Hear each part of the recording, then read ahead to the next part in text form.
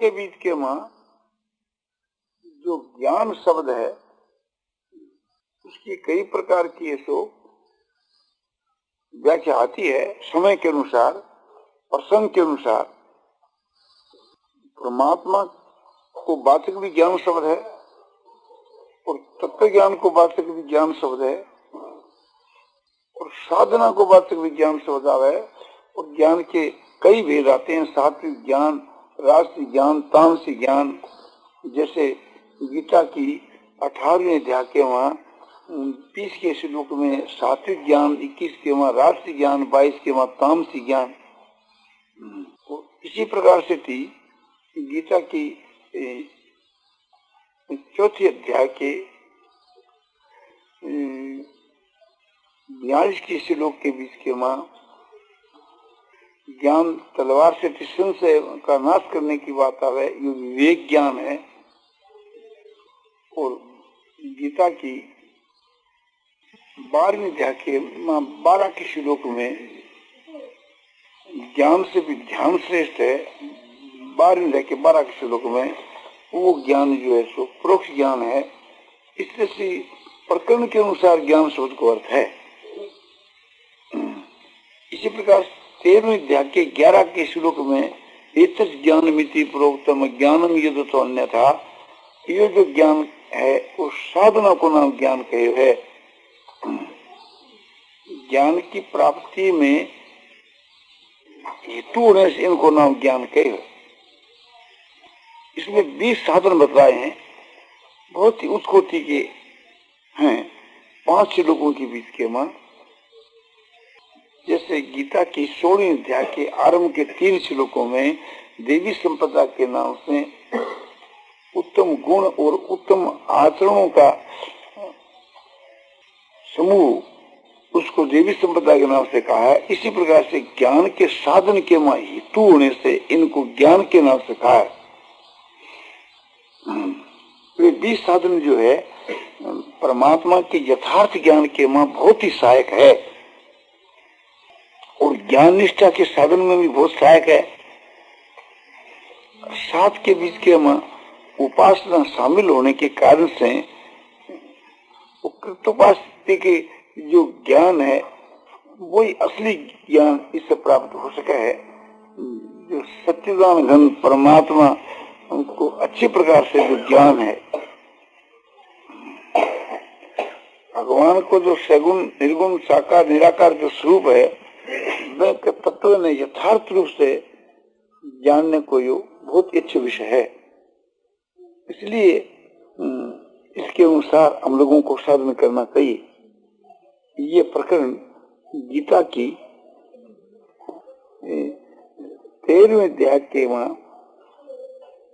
7 के श्लोक से लेकर के 11 के श्लोक तक है, ये विषय बतलाया जाता है। अमानि त्वमदम्भित्व महिंसा क्षान्तिरार्जवम्,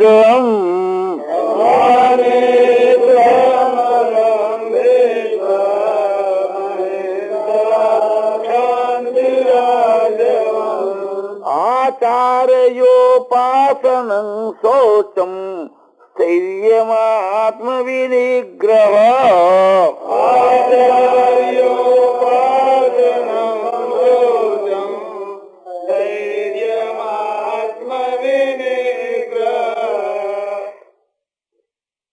भगवान अर्जुन को आदेश देते हुए कहते हैं अन्वय, अमानितम अदम्भितम अहिंसा क्षांति आर्जवम् आचार्योपासनम शौचम स्थैर्यम आत्म विनिग्रह।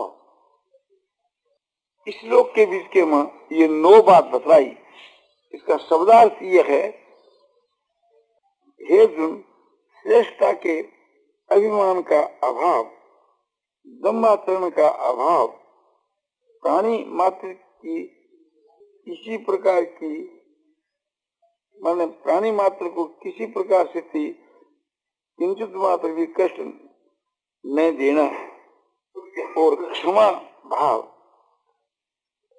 मन वाणी की सरलता, श्रद्धा भक्ति सहित गुरु की सेवा, बाहर भीतर की शुद्धि, अंतःकरण की स्थिरता, मन और इंद्रियों के सहित शरीर का निग्रह। अमानित्व का भाव यह है कि मान को न चाहना, अपने आप को श्रेष्ठ न मानना, दूसरे लोग जो सत्कार है, मान है, प्रतिष्ठा है, ये जो करते हैं उससे अभिमान बढ़ जाता है। तो इसलिए उससे ज्ञान बढ़ता है। तो मान का सर्वथा जो त्याग है उसका नाम अमानित्व है। साधन काल के बीच के मान जो है, बड़ाई है, प्रतिष्ठा है, इसको विष के समान समझना। ज्ञानी आदमी जो है इनको अमृत के समान समझता है। साधक के लिए ये बता रहा है कि इसको विष के समान समझना चाहिए। कोई मान प्रतिष्ठा करे, कोई मान पत्र देवे, गले में माला पहरावे या मस्तक में पुष्प डाले या उसका विशेष सत्कार करे, उसकी पूजा करे, तो इसमें स्वाभाविक ही संकोच होना चाहिए। तो ये मान न चाहने का जो भाव है, परमात्मा के यथार्थ ज्ञान के मान, ये बहुत ही फायदे की चीज है। दूसरा जो ये भाव है दम्भ का अभाव, माने संसार के बीच के मां परमात्मा पणो दिखलाणो, को नाम है दम्भ। ईश्वर की भक्ति दिखलानी, उसको नाम है दम्भ, जिसको लोग बगला भक्त कहते हैं। जो आदमी धर्म का पालन तो नहीं करता है किंतु दिखलाता है तो उसको धर्मध्वजी कहते हैं। इन दोषों का जिनके में अभाव है उसको अदम्भितुम कहते, माने जिसके में किंचित मात्र भी दम्भ का दोष नहीं है। ये बात साधारण रूप से बहुत मनुष्यों में भया करती है। क्या कि समझो कि कोई आदमी जप करता है, ध्यान करता है, पूजा करता है, पाठ करता है, स्वाभाविक एक साधारण रूप से, और दूसरे जो आदमी वहां आ जाते हैं तो वो सावधान हो जाता है। माने दूसरे लोग मुझको एक ऐसा समझे कि भाई ये अच्छा भगवान का भक्त है। दूसरों के सामने अपने को भक्त सजाने के लिए, अपने को भक्त मनाने के लिए जो इस प्रकार का एक दम्भ भरता है, ये बड़ा भारी दोष है। इससे वास्तु के बीच के में उसका अपने सुधार नहीं होता। तो इस दोष का जिसमें अभाव है उसको अदम्भितुम कहते हैं। और अहिंसा का मतलब है कि किसी भी प्रकार किसी की किंचित मात्र कभी हिंसा नहीं करनी, यानी मन से, वाणी से, शरीर से किंचित मात्र भी किसी की हिंसा नहीं करनी।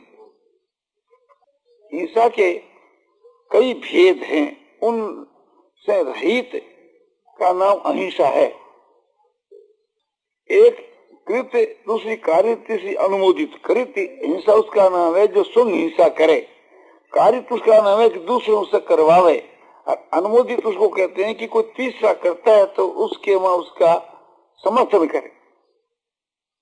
ये तीन प्रकार की हिंसा जो है, तीनों ही प्रकार की हिंसा लोभ से भी होती है, क्रोध से भी होती है और मोह से भी होती है। इस वास्ते इसके 9 भेद हो जाते हैं। और ये 9 प्रकार की जो हिंसा है, इनके फिर 3 भेद है, मृदु मात्रा, मध्य मात्रा और अधिमात्रा। मृदु मात्रा उसको कहते हैं, ये 9 प्रकार की हिंसा मामूली रूप से किसी को कष्ट दिया जावे, वाणी के द्वारा या एक प्रकार से शरीर के द्वारा, व्यवहार के द्वारा, उसका नाम मृदु हिंसा है। और मध्य मात्रा उसको कहते हैं बीच की मात्रा हुए, यानी जिसको विशेष कष्ट दिया जावे वो मध्य मात्रा वाली हिस्सा है। यानी किसी का अपमान किया जावे, किसी मारपीट की जावे, माने आत्मा को विशेष दुख दिया जावे, वो मध्य मात्रा वाली है। और अति मात्रा जिसको कहो वो है कि एकदम उसको जान से मार दिया जाए। तो इस प्रकार के उसके 27 वेद हो जाते हैं। इस प्रकार की जो हिस्सा है वो सब देश के वहां, सब काल के वहां, सब समय के बीच के वहां पालन किया जावे तो वो एक प्रकार से थी उच्च कोटि की अहिंसा होती है। तो मनुष्यों को किसी भी देश में हिंसा नहीं करनी चाहिए और किसी काल के में हिंसा नहीं करनी चाहिए और किसी निमित्त को लेकर के हिंसा नहीं करनी चाहिए और किसी जाति के माने किसी प्राणी की हिंसा नहीं करनी चाहिए, क्षुद्र से क्षुद्र प्राणी की भी हिंसा नहीं करनी चाहिए। वो वास्तव के बीच के वहां समझो कि असली अहिंसा है। इस प्रकार जो अहिंसा धर्म का पालन करता है, महर्षि पतंजलि ने पातंजलि योग दर्शन में बताया है कि अहिंसा प्रतिष्ठा हम तत्सनिधो वैर त्यागे। इस प्रकार की हिंसा की जो प्रतिष्ठा हो जाती है, यह प्रतिष्ठा विद्वानों ने 3 साल इसकी अवधि रखी है कि 3 साल तक किंचित मात्र हिंसा नहीं होती तो उस हिंसा की प्रतिष्ठा हो जाती है। तो उसके सन्मुख दूसरे जो बैर रखने वाले जो हैं वे भी बैर रसो नहीं रखते, बैर का त्याग कर देते हैं। जैसे बिल्ली जो है स्वाभाविक ही अपने मूसे को मार डालती है, तो मूसे को देख करके उसके मन जो द्वेष भाव पैदा होता है वो नहीं होता।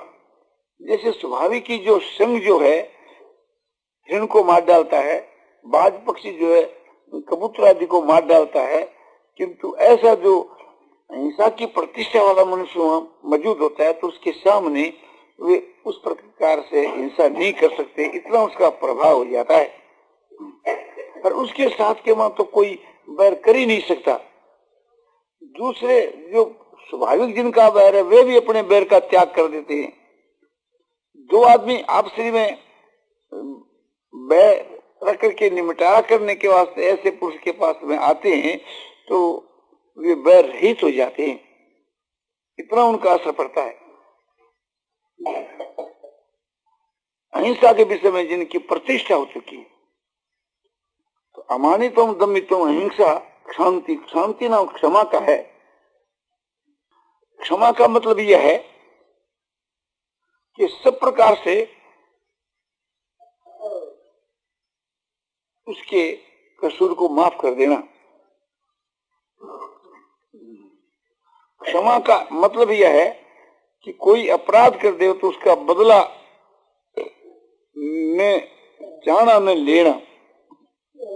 जिससे कोई हमारे को गाली काटता है या मारपीट करता है, अपमान करता है, तो मैं उसका बदले में अपमान करूं, मारपीट करूं, गालियां दूं, तो ये एक प्रकार का बदला हुआ।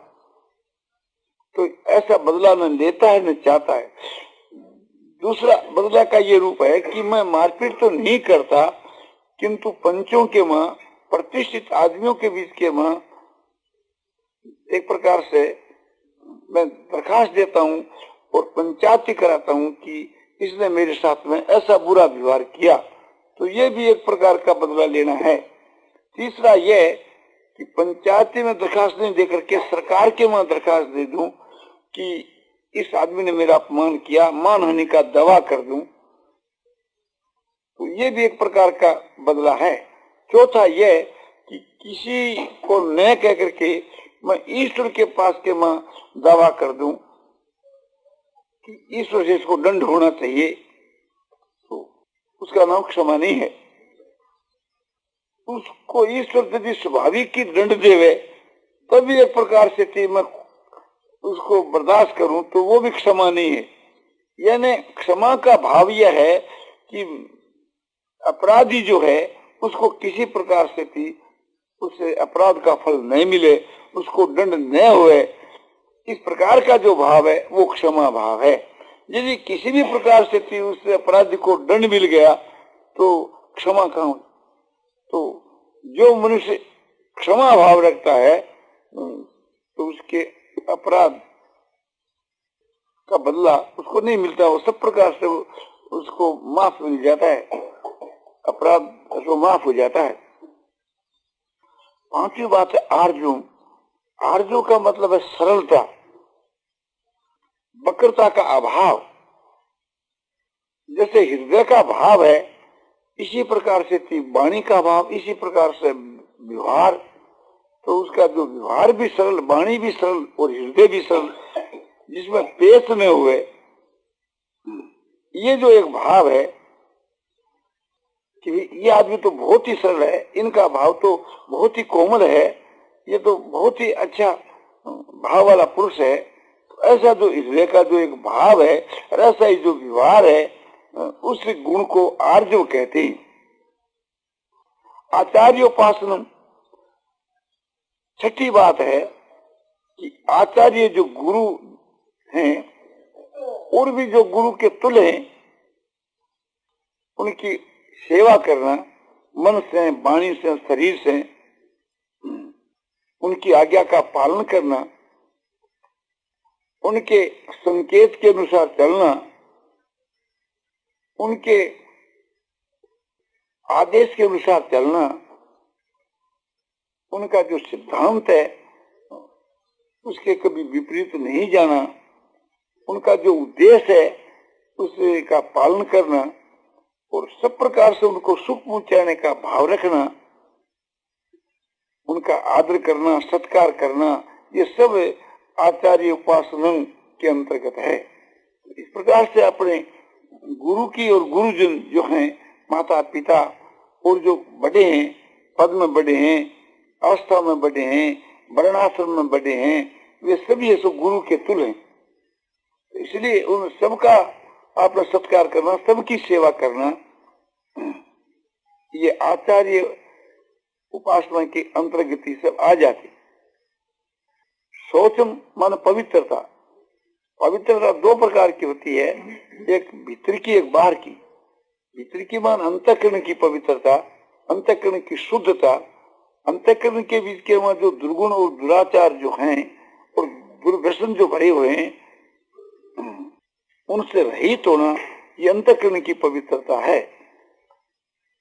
दुराचार क्या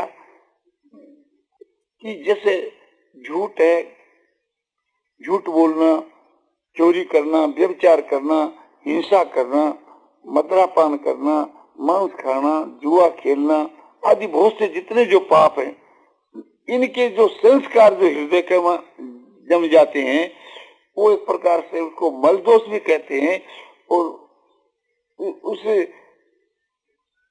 का जो अभाव है वो अंतःकरण की शुद्धि है। और दुर्गुण क्या कि जैसे काम है, क्रोध है, लोभ है, मोह है, मद है, मत्सरता है, राग है, द्वेष है आदि जो बहुत से जो हृदय के जो बुरे जो भाव हैं उनका नाम है दुर्गुण।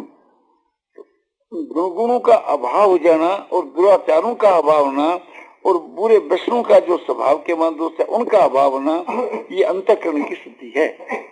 दुर्व्यसन ये जैसे चौपड़ खेलना, ताश खेलना, थिएटर देखना, बाइस्कोप देखना, मादक वस्तु का सेवन करना, बीड़ी, पान, सिगरेट, एक प्रकार से इन चीजों का जो एक व्यसन है, चाय पीना और जितने जो एक प्रकार से बुरे व्यसन है, दुर्व्यसन है और जिनकी कोई आवश्यकता नहीं, इन बातों का जो व्यसन है तो वो सब एक प्रकार से अंतःकरण के दोष के रूप में है।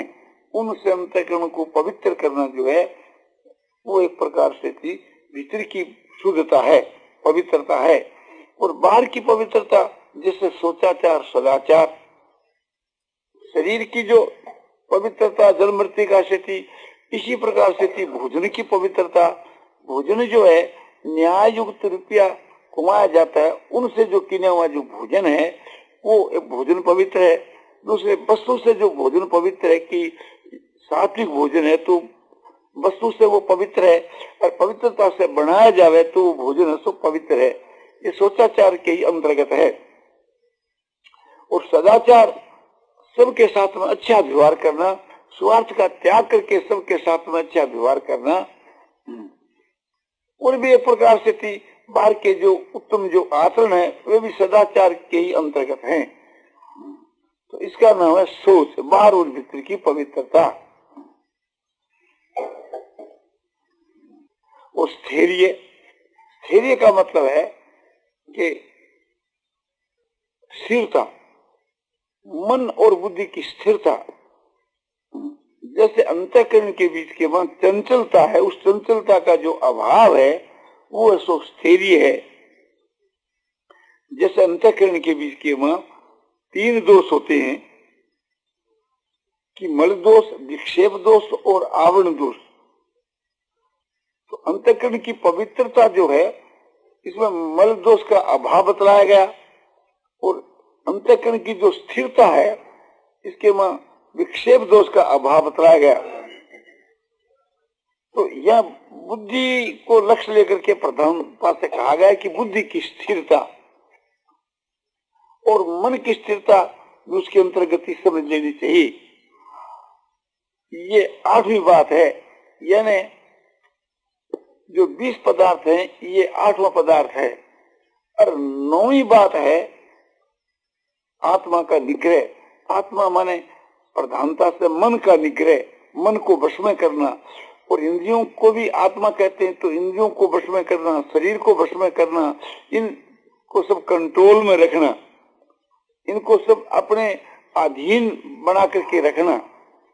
तो ये जो है सो ज्ञान की प्राप्ति के बीच में बहुत ही सहायक है। ये जो 9 बात, तो पहले श्लोक के बीच के वहां ये 9 बात बतलाई गई। इसी प्रकार से दूसरे श्लोक के बीच के वहां 3 बात है वो बतलाई जाती है। इंद्रियार्थेषु वैराग्य मन अहंकार एव च। इंद्रियार्थेषु वैराग्य मन अहंकार एव च। जन्म मृत्यु जरा व्याधि दुख दोषानुदर्शनम। जन्म मृत्यु जरा व्याधि दुख दोषानुदर्शनम। अन्वय इंद्रियार्थेषु वैराग्यम च पुनः अहंकार एव। जन्म मृत्यु जरा व्याधि दुख दोषानुदर्शनम, ये एक ही वाक्य है। इसका अर्थ यह है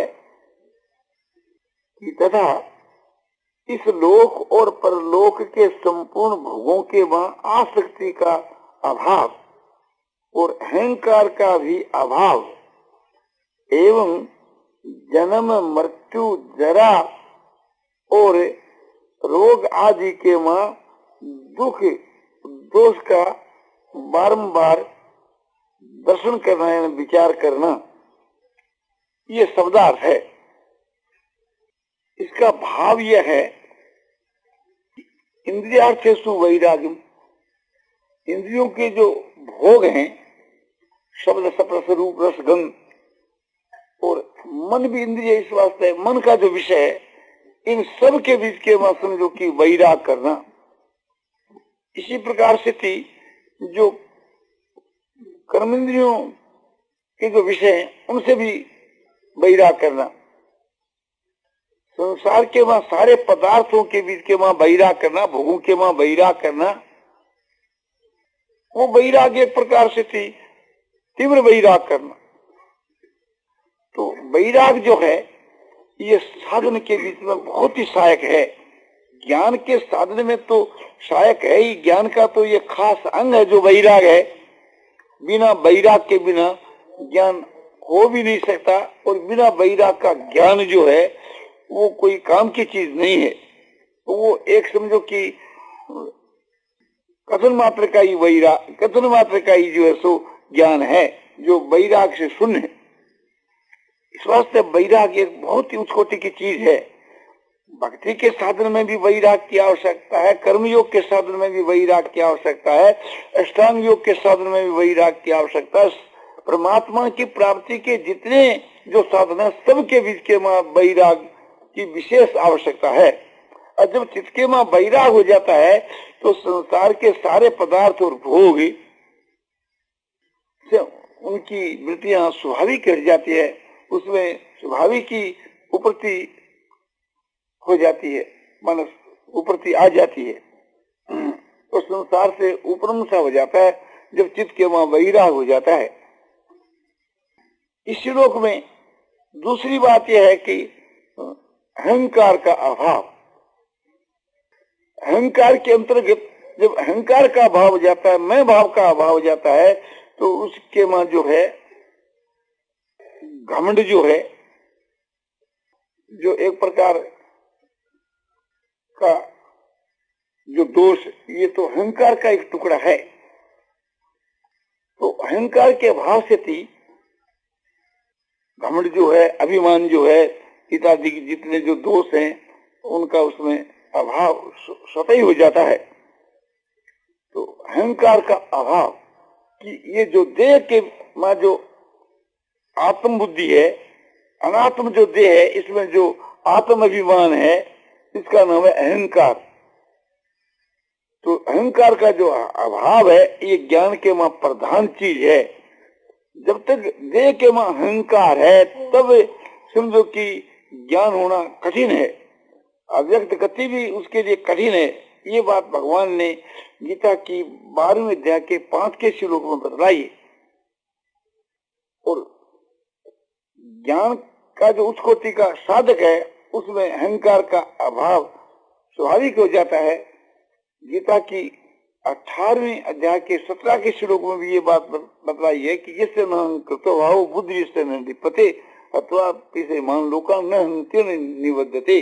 जिसमें मैं करता हूँ ये भाव नहीं है, जिसकी बुद्धि स्वार्थ करके लिपायमान नहीं होती है, तो वह पुरुष एक प्रकार से सब लोगों को मार करके भी वास्तव में नहीं मारता है और पाप करके नहीं बनता है, क्योंकि वास्तव के बीच के मां उसमें अहंकार नहीं है।